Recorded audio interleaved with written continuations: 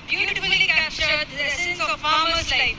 Let's give our performers a huge round of applause, honoring and celebrating the unsung heroes of our nation, the farmers.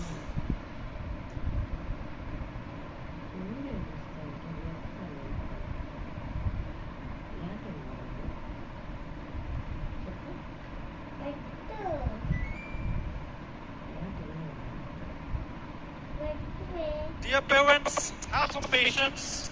Still, so many performances are going to be exhibited, and you are going to witness a mind-blowing performance by our students of Nakshatra School. Have some patience. Still, half an hour more. We are going to exchange so that the program is not going to stop. It continues till your energy drops.